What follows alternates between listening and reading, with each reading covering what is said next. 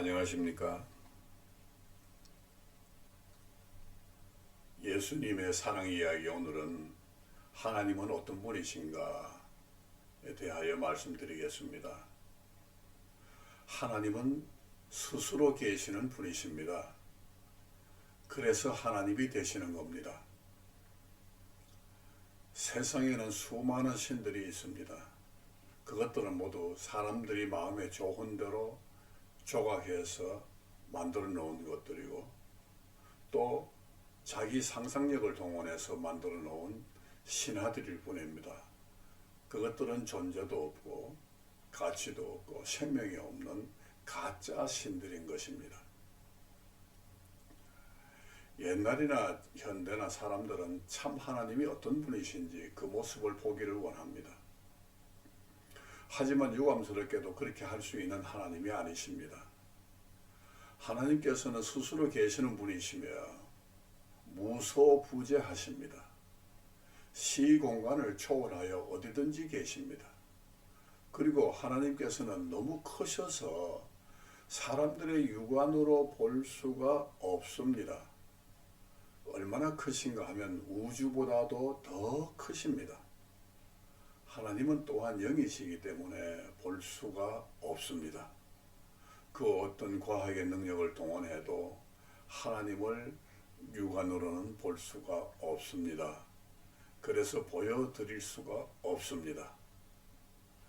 하나님께서는 인간의 지식이나 두뇌로 이해 가능한 수준의 분이 아닙니다. 만약 어떤 분이 하나님이 이해가 되면 믿어보겠다고 한다면 그분은 영원히 하나님을 알지도 못하고 믿지도 못할 겁니다. 하나님은 인간의 능력으로는 이해할 수 없는 분이십니다. 단 한 가지 방법을 주셨습니다.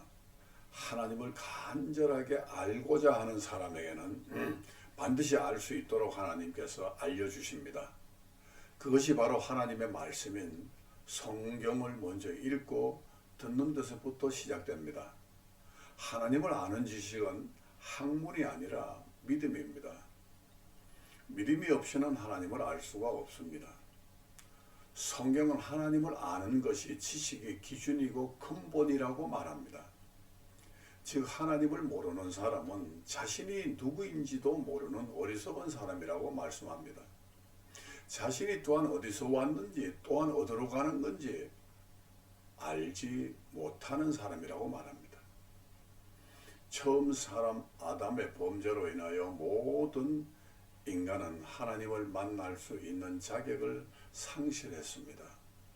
하나님의 위대하신 사랑이 독생하신 아들 예수님을 세상에 보내시어 아담의 죄를 대신하여 십자가에 죽게 하심으로 그 희생의 대가로 우리가 하나님을 다시 만날 수 있게 되었습니다. 이 사실을 믿는 것을 믿음이라고 하는 것입니다. 누구에게나 하나님을 만날 수 있는 자격을 주셨습니다. 누구든지 하나님을 진심으로 찾으시면 만나 주십니다. 이것이 위대하신 하나님의 사랑입니다. 이보다 더 큰 사랑은 없습니다. 하나님은 당신을 하나님 자신보다 더 사랑하십니다.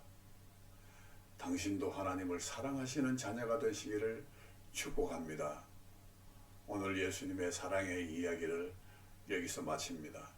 시청해 주셔서 감사합니다. 감사합니다.